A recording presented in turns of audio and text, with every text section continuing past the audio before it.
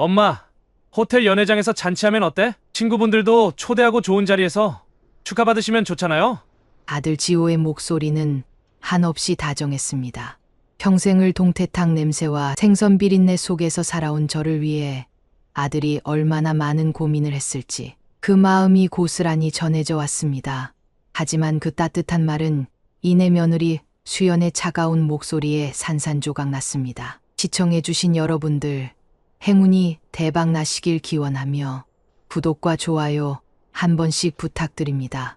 여러분의 작은 행동이 제겐 큰 힘이 됩니다. 굳이 그렇게까지 해야 해? 가족끼리 조촐하게 하는 게 더 의미 있지 않아? 그 순간 제 귀를 의심했습니다.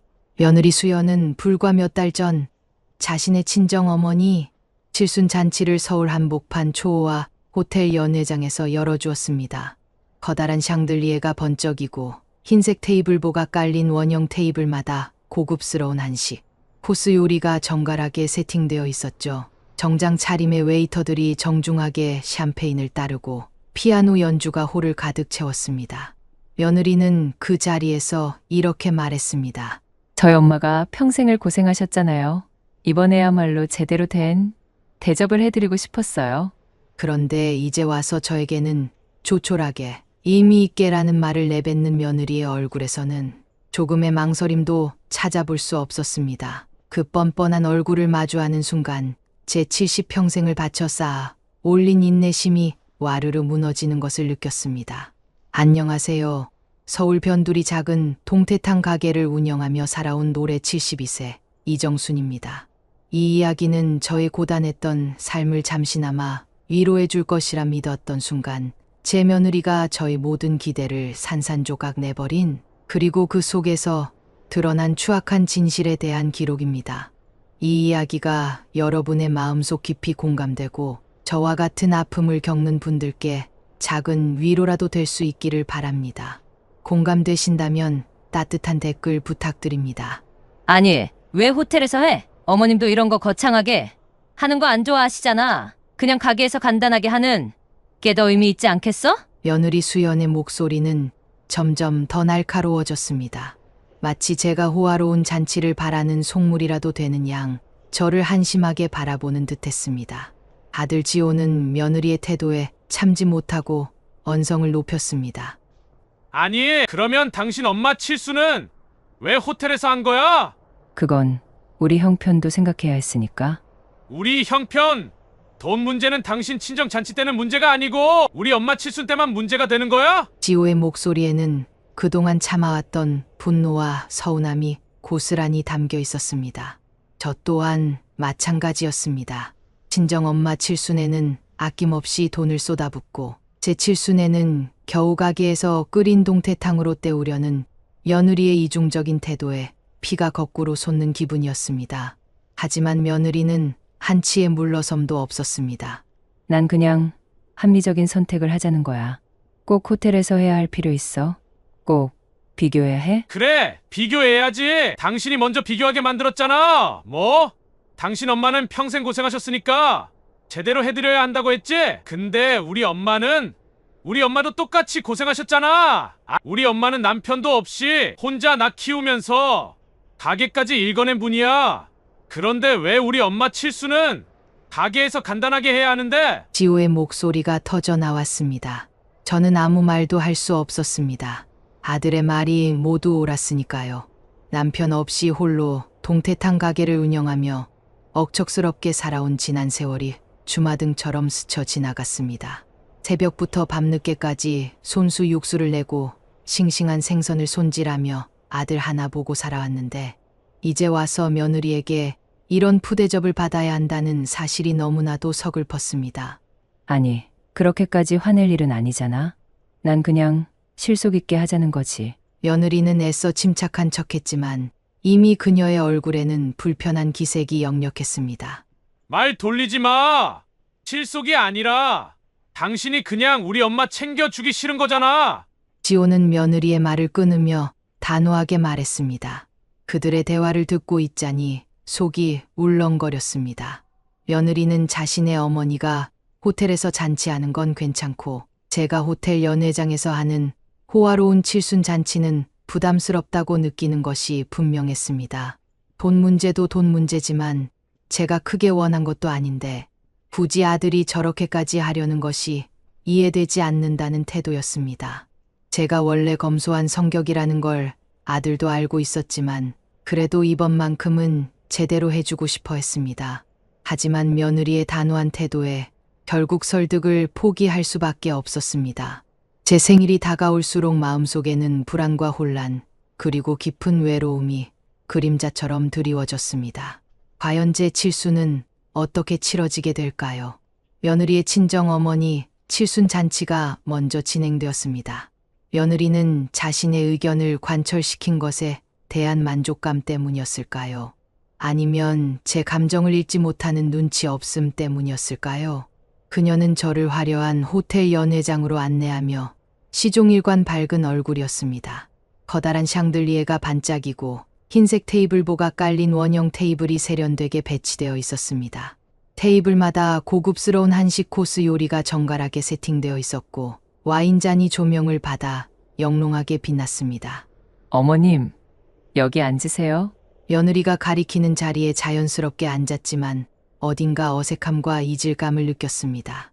내 칠수는 내 가게에서 간소하게 하라더니 이건 뭐야? 잔치는 시작도 전에 이미 분위기가 화려함의 극치였습니다. 며느리의 친정 식구들은 화기애애하게 웃으며 인사를 나눴고 정장 차림의 웨이터들이 정중하게 샴페인을 따르고 있었습니다.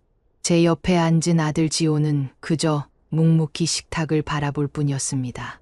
그의 얼굴에도 미묘한 불편함이 스쳐 지나가는 것을 보았지만 그는 아무 말도 하지 않았습니다. 곧 잔치의 주인공인 안사돈, 그러니까 며느리의 친정어머니가 단아한 한복을 차려입고 단상에 올랐습니다.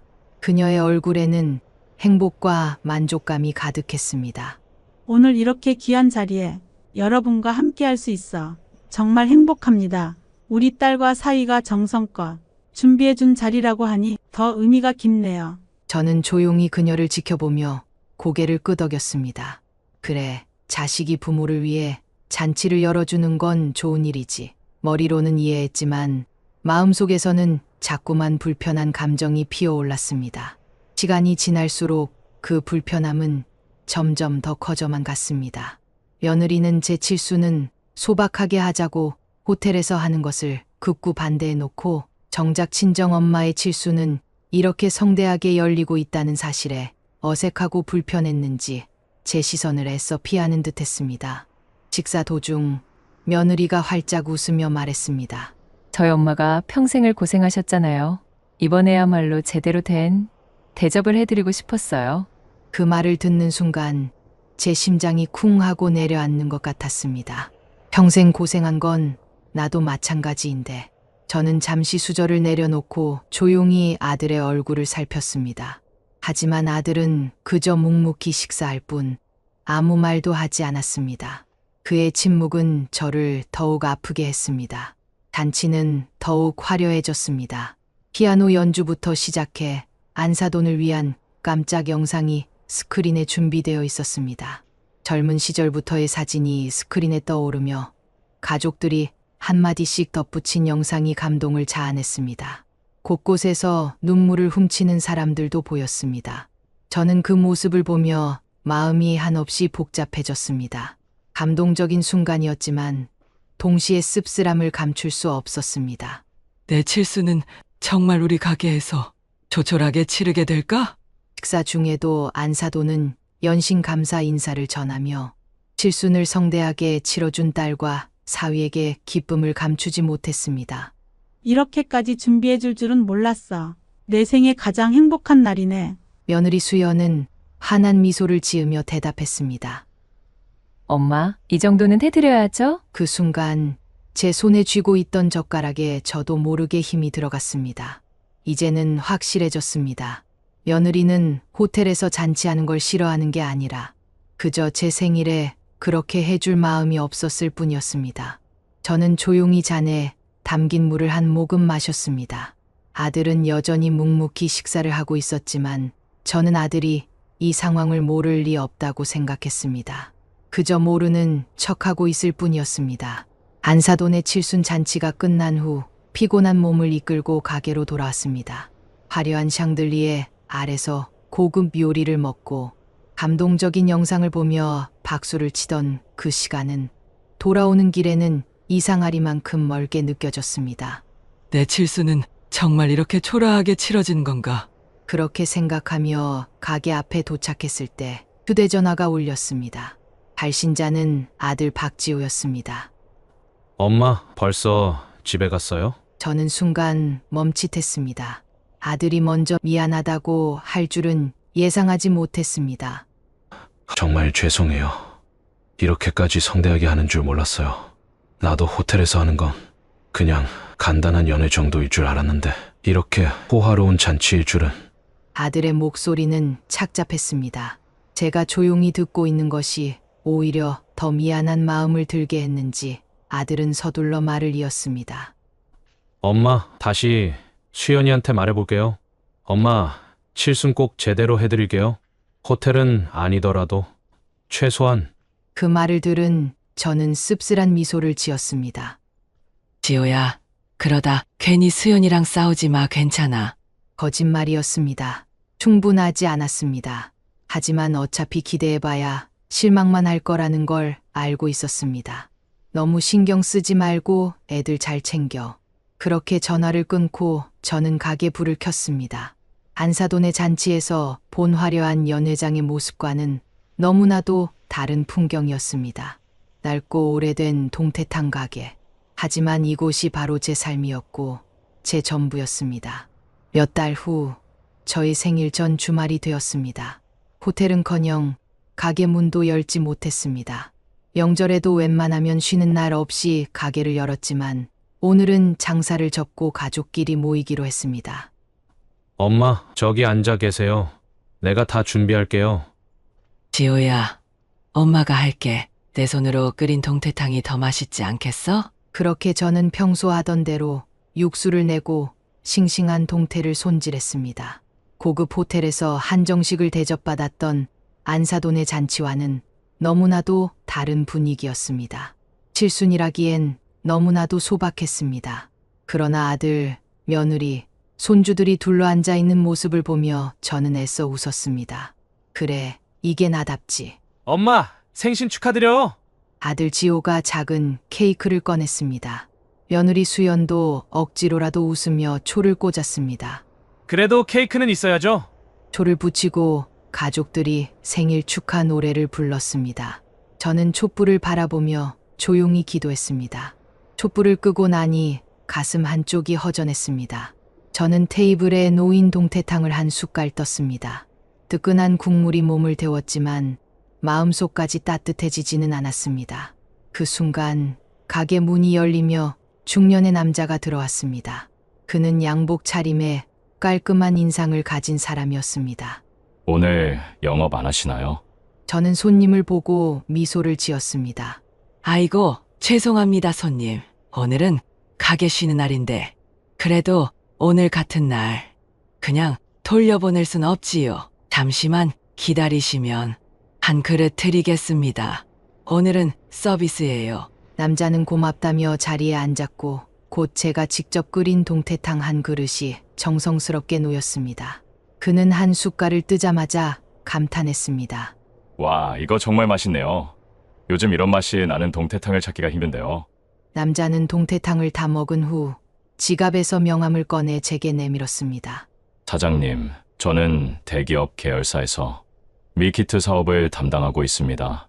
요즘 밀키트 시장이 굉장히 커지고 있는데 사장님, 동태탕은 정말 대형 마트에도 입점할 수 있을 만한 맛입니다. 혹시 밀키트로 출시할 생각 없으신가요? 저와 아들은 놀랐습니다. 평생 해온 이 동태탕이 밀키트로 전국에 나갈 수도 있다니. 남자는 차에 다녀오겠다며 나가더니 계약서까지 내밀며 적극적으로 제안을 했습니다. 꿈인가 생시인가 믿기지 않았습니다. 그렇게 저희 동태탕 가게에는 예상치 못한 전환점이 찾아왔습니다. 남자의 제안은 현실이 되었습니다. 제 손맛을 그대로 살린 동태탕 밀키트는 전국 대형마트에 입점되었고 이정순 동태탕이라는 브랜드가 널리 알려지기 시작했습니다. 통장에는 난생 처음 보는 액수의 돈이 차곡차곡 쌓여갔습니다. 평생 손에 물 마를 날 없이 살아왔던 저에게 생각지도 못한 성공이 찾아온 것입니다. 하지만 이 상황을 곱게 보지 않는 사람이 있었습니다. 바로 며느리 김수연이었습니다. 처음에는 코웃음 쳤습니다. 동태탕으로 얼마나 벌겠어? 하지만 점점 상황이 달라졌습니다. TV에까지 소개되고 대기업과의 추가 계약까지 이루어지며 수익이 눈에 띄게 늘어나기 시작했습니다. 저는 벌어들인 돈 일부는 아들 지호의 통장에 이체했습니다. 하지만 아들은 그 돈을 함부로 쓰지 않고 차곡차곡 모았습니다. 며느리 수연은 그런 아들의 태도에도 불편한 감정을 숨길 수 없었습니다. 그리고 점점 아들에게 불만을 터뜨렸습니다. 당신 엄마 갑자기 돈이 생기니까 너무 달라진 거 아니야? 뭐가? 엄마가 평생 고생하신 거 이제야 보상받는 거지. 밀키트 사업이 성공하고 통장에 돈이 쌓이기 시작하면서 제 삶은 전과 달라졌습니다. 더 이상 하루 종일 주방에서 일하지 않아도 되었고 손님이 줄어든다 해도 이제는 걱정할 필요가 없었습니다.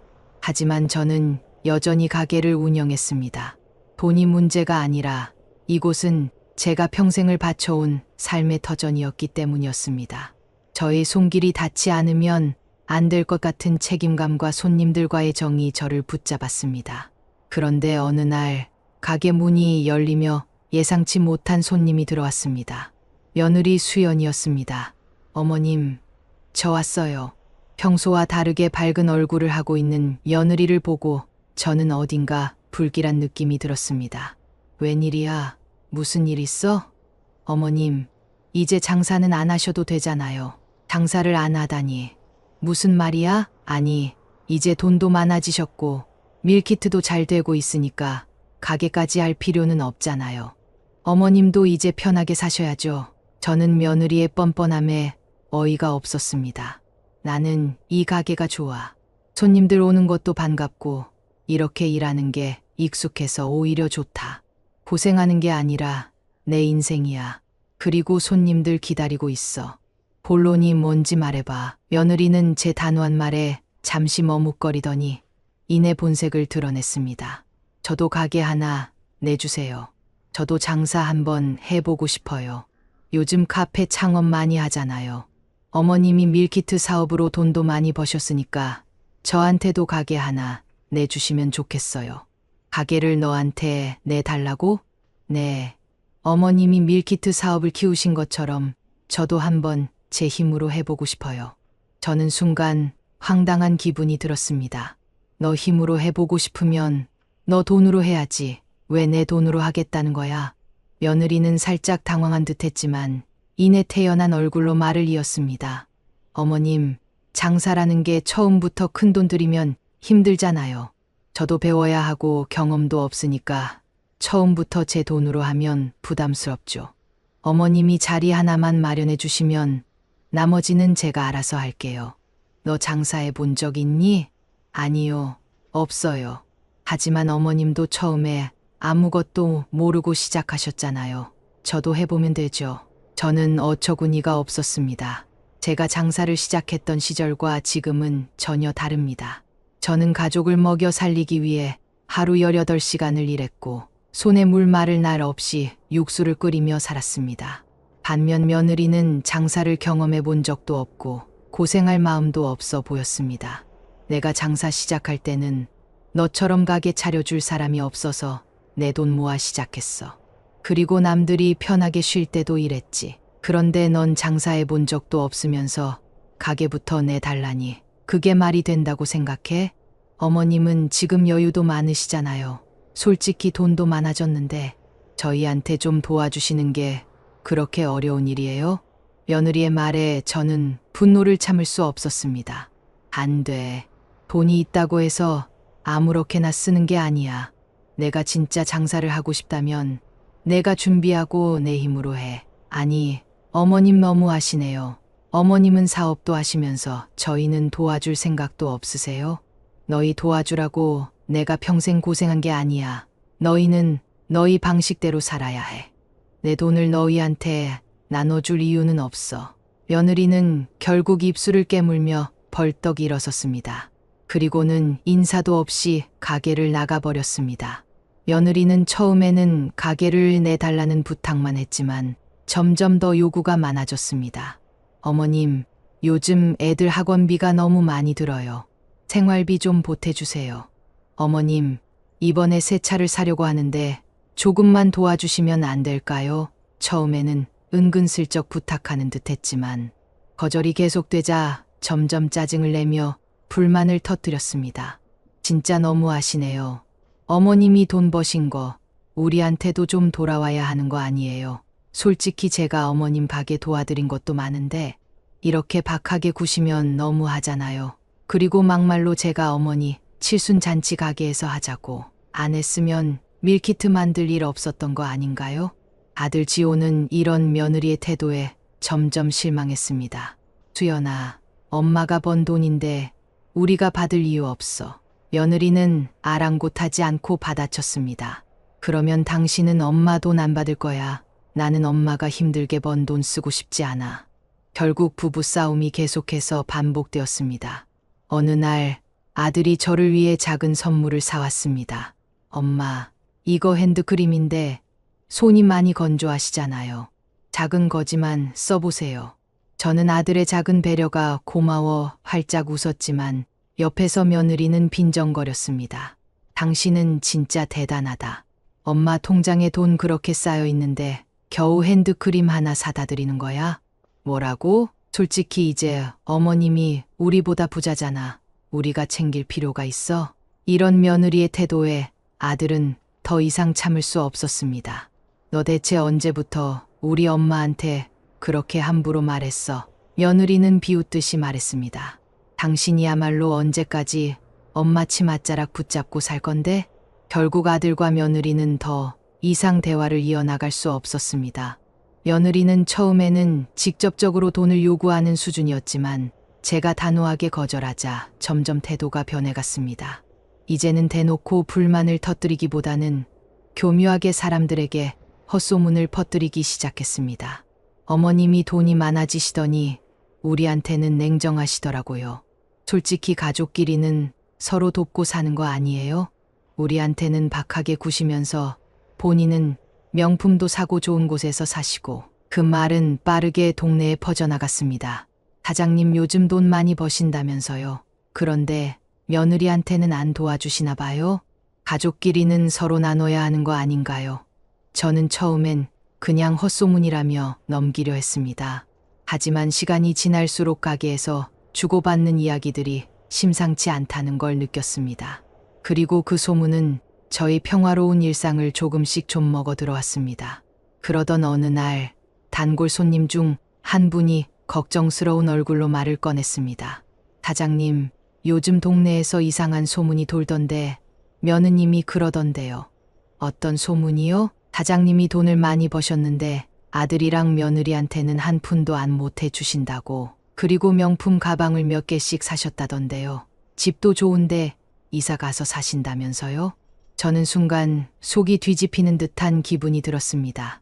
속이 부글부글 끓어올랐지만 최대한 감정을 억누르며 대답했습니다. 그거 전부 거짓말이에요. 저는 평생 절약하면서 살았어요. 그리고 아들이랑 며느리한테 도움을 안 준 게 아니라 도움을 줄 이유가 없어서 안 준 거예요. 손님은 머쓱한 얼굴로 고개를 끄덕였지만 제 마음은 이미 복잡해져 있었습니다. 며느리 수연의 악의적인 소문이 이렇게까지 퍼졌다는 사실에 치가 떨렸습니다. 단순히 돈을 요구하는 것을 넘어 이제는 저를 매도하고 있었습니다. 그날 저녁 가게 문을 닫고 집으로 돌아온 저는 한숨을 내쉬며 휴대폰을 들었습니다. 지호야, 너 지금 어디니? 엄마, 무슨 일 있어요? 지금 당장 집으로 좀 와라. 할 얘기가 있다. 조금 후 지호가 급히 집으로 찾아왔습니다. 저는 진지한 얼굴로 아들을 바라보며 말했습니다. 지호야, 내 아내가 동네 사람들한테 소문을 내고 다닌다더라. 무슨 소문이요? 내가 돈 벌고 나서 너희한테 한 푼도 안 도와주고 명품만 사면서 혼자 잘 먹고 잘 산다고. 엄마, 그게 정말이에요? 내가 이런 거 가지고 거짓말하겠니? 손님들이 와서 직접 물어보더라. 내가 정말 너희한테 돈 한 푼도 안 주냐고, 명품 가방만 사고 다니냐고. 아들은 순간 할 말을 잃었습니다. 수연이 돈을 요구하며 짜증내는 걸 몇 번 본 적은 있었지만 설마 이렇게까지 뒤에서 헛소문을 내고 다닐 줄은 몰랐을 겁니다. 지호는 한숨을 내쉬며 고개를 떨궜습니다. 엄마, 죄송해요. 제가 수연이한테 몇 번이나 주의를 줬는데, 주의를 줬다고 그럼에도 불구하고 이 정도까지 소문이 퍼졌다는 건 수연이가 너를 무시하고 계속 이런 짓을 하고 있다는 거야. 지호야, 이젠 못 참겠다. 나는 내가 번 돈을 내가 쓰겠다는 게 뭐가 잘못됐다고 이런 소리를 들어야 하니? 그리고 내가 진짜 명품을 사고 이사를 갔으면 억울하지는 않겠구나. 내가 평생 뼈 빠지게 고생해서 일하고 이제야 좀 여유가 생긴 거야.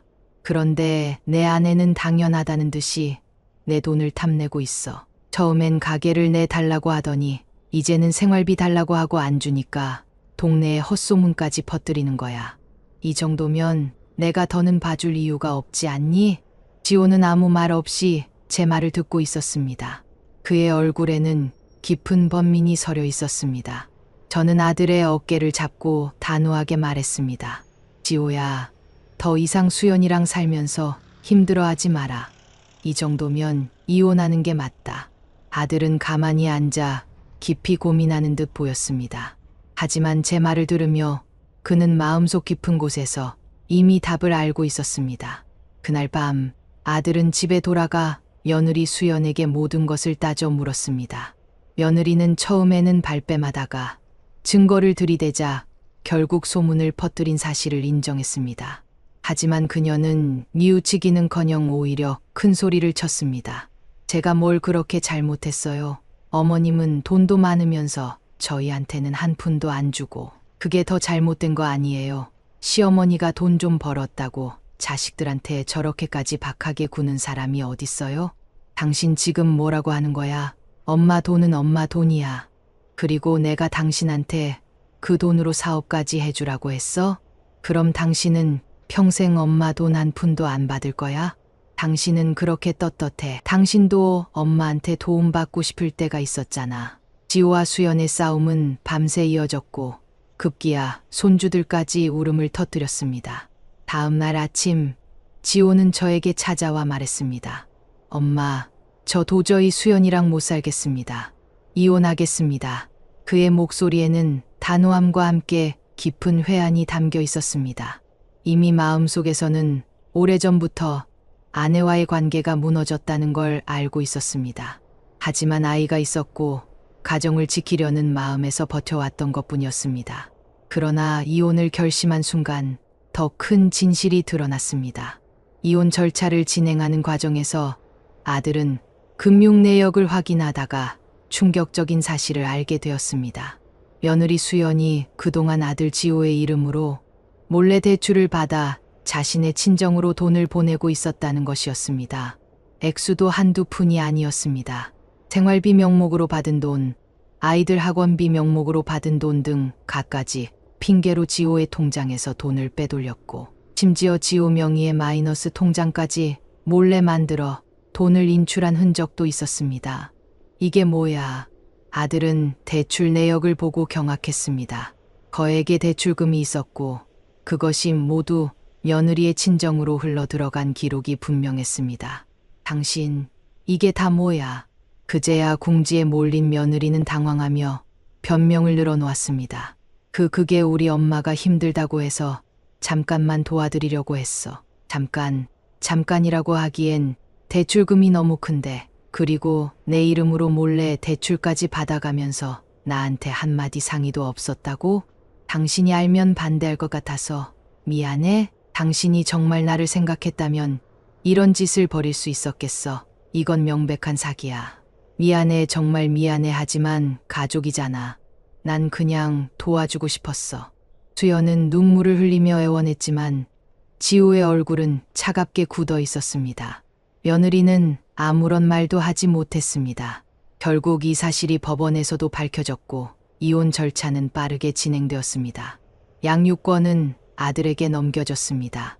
경제적으로 책임감 없는 어머니보다는 안정적인 환경에서 아이를 키울 수 있는 아버지가 더 적합하다는 판단이었습니다. 며느리 수연은 끝까지 아이만큼은 자신이 데려가겠다고 주장했지만 그녀의 무책임한 행동들과 경제적인 문제들이 법원 심리에 영향을 미쳤고 결국 받아들여지지 않았습니다. 모든 것이 밝혀지고 난 후 수연은 망연자실한 표정으로 주저앉았습니다. 그녀의 탐욕이 결국 그녀의 모든 것을 앗아간 것이었습니다. 이혼 후 며칠이 지난 어느 날 며느리 수연이 가게로 찾아왔습니다. 그녀의 얼굴은 초췌했고 눈은 퉁퉁 부어 있었습니다. 어머님, 저 왔어요. 저는 아무 말 없이 그녀를 바라보았습니다. 그녀의 눈빛에는 과거의 오만함이나 탐욕 대신 깊은 후회와 절망만이 가득했습니다. 정말 죄송해요. 제가 너무 욕심을 부렸어요. 한 번만 기회를 주시면 안 될까요? 수연은 무릎을 꿇고 빌기 시작했습니다. 그녀의 흐느낌이 가게 안을 채웠습니다. 어머님, 제발 지호한테 말 좀 해주세요. 저 정말 잘못했어요. 다시는 그러지 않을게요. 저한테 한 번만 더 기회를 주세요. 제가 칠순 잔치 다시 준비해 드리겠습니다. 호텔에서 어머님이 원하시는 대로 성대하게 해드릴게요. 눈물까지 흘리며 애원하는 그녀를 보며 저는 조용히 한숨을 내쉬었습니다. 과거에 제가 이 모습을 보았다면 마음이 약해졌을지도 모릅니다. 하지만 이제는 아니었습니다. 저는 단호하게 말했습니다. 내가 언제부터 내가 준비해주는 잔치를 원했니? 너는 나한테 진심으로 미안해서 이러는 것이 아니야. 내가 잃어버린 것을 되찾고 싶어서 이러는 거지. 하지만 사람 마음이 그렇게 쉽게 돌아오는 것이 아니란다. 내가 나한테 한 짓들, 내 아들에게 한 짓들, 그걸 이제 와서 어떤 말로도 할 수는 없어. 너는 이미 돌아올 수 없는 강을 건넜어. 수연은 마지막까지 울며 애원했지만 저는 끝내 그녀를 받아주지 않았습니다. 이제 그녀는 제 인생에서 돌이킬 수 없는 과거일 뿐이었습니다. 그렇게 가게 문이 닫혔습니다. 수연은 흐느끼며 돌아섰고 저는 그 뒷모습을 보며 복잡한 감정에 휩싸였습니다. 슬픔보다는 홀가분함이 더 컸습니다. 이제 제 앞에는 다시 조용하고 평화로운 일상이 펼쳐지고 있었습니다. 저는 조용히 주방으로 가서 육수를 끓였습니다. 보글보글 끓어오르는 육수 냄새는 저에게 익숙하고 편안한 향이었습니다. 제가 끓이는 동태탕 한 그릇의 가치는 이제 후회하는 누군가를 위한 것이 아니었습니다. 오롯이 저 자신을 위한 것이었습니다. 이혼 후 한동안 동네를 뒤덮었던 소문들은 점차 사라졌습니다. 처음에는 가게를 찾는 손님들 사이에서도 수군거리는 말들이 들렸지만 시간이 지나면서 누구도 더 이상 그 이야기를 꺼내지 않았습니다. 오히려 가게는 더욱 활기를 띠기 시작했습니다. 밀키트 사업이 성공하면서 이정순 동태탕이라는 이름이 널리 알려졌고 덩달아 가게를 직접 찾아와서 먹어보려는 손님들도 크게 늘어났습니다. 처음에는 손님이 많아진 것이 반갑기도 했지만 저 혼자 감당하기에는 점점 벅차기 시작했습니다. 주문이 밀려 한꺼번에 여러 테이블을 챙기는 것도 어려웠고 밀키트 사업까지 신경 쓰다 보니 몸이 예전 같지 않다는 것을 실감했습니다. 그런 저를 본 아들 지호는 결국 회사를 휴직하고 가게로 나와 돕기로 했습니다. 엄마, 당분간 저도 가게에서 도울게요. 저도 이제 아이들 키우는데 집중해야 하니까 오히려 이게 아이들한테도 엄마한테도 좋은 선택일 것 같아요. 그렇게 아들 지호는 매일 아침 아이들의 등교와 등원을 챙긴 후 가게로 나와 청소부터 시작했습니다. 엄마, 식당은 청결이 기본이에요. 손님들이 많이 오시는 만큼 더 신경 써야 해요. 전에는 바쁜 회사 생활로 인해 가정일이나 가게 일에 크게 신경 쓰지 못했던 아들이었지만 이제는 가게를 운영하는 것이 곧 자신의 일이자 책임이라고 생각하는 듯했습니다. 손님들이 들어오면 늘 밝은 인사로 맞이하고 동태탕 한 그릇을 내어줄 때도 손님들이 더 깨끗하고 쾌적한 환경에서 식사할 수 있도록 작은 부분까지 세심하게 신경 썼습니다. 그런 모습을 보며 저는 문득 생각했습니다. 후회나 미련을 붙잡고 살아가기보다는 지금 이 순간을 더 소중하게 여기며 살아가는 것이 맞는 길일지도 모른다는 것을 깨닫기 시작했습니다. 아들은 과거의 실패를 곱씹으며 후회하기보다는 아이들의 아버지로서 그리고 제 아들로서 자신의 삶을 다시 만들어가고 있었습니다. 그리고 저는 그런 아들의 곁에서 변함없이 동태탕을 끓이며 새로운 일상을 함께하고 있었습니다.